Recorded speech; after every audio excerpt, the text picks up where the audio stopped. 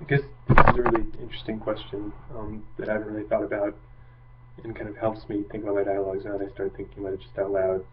I guess I need to break it up for the two dialogues. The dialogue on gender double standards, I've been really interested in all of the female identified students' experiences, and I've been curious about learning more about all those.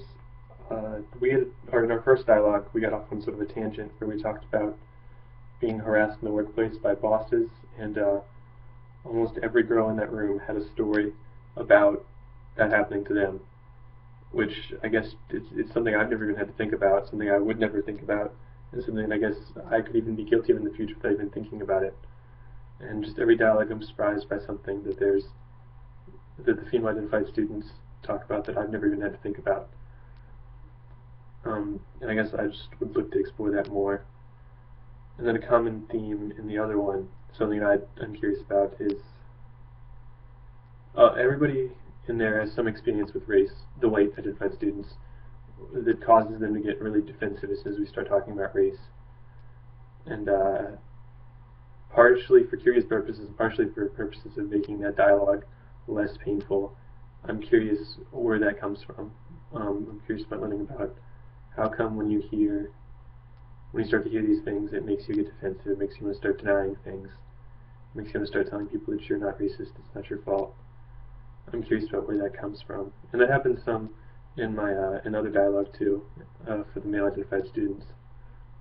They start getting defensive sometimes, or even some female students get caught up in collusion, saying things like, well, I just want to be a housewife.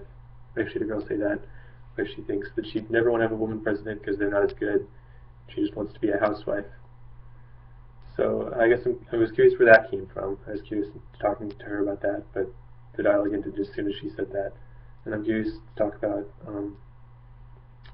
the white students in our race dialogue, where they're coming from with wanting to get so defensive, what kind of experiences they've had with race that have made them that way, because obviously somewhere along the line, they were told this is something you can't talk about, or I guess told black people are mad at you for something that you never did. And I guess I could look into my past and think about where that came from for me. I guess race is just such a sensitive issue in the United States because we've never really talked about it, that it's hard to get people to talk about it. I guess that's just the cultural stigma attached to it. And another thing I've been thinking about is the use of like social justice-esque language and how that has an effect on students.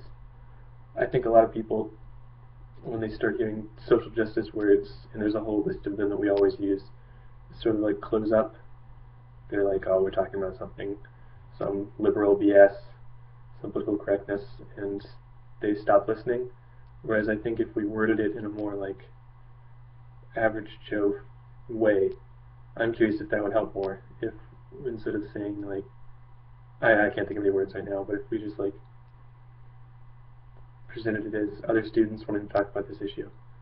Like, what do you guys think about this? What do you guys think about this social issue instead of this whole use thing, privilege, power, even like things like space that we say all the time. I think that sort of turns people off. And I'm just curious how a dialogue would go if we talked about it in different terms. I don't know, that's just a thought.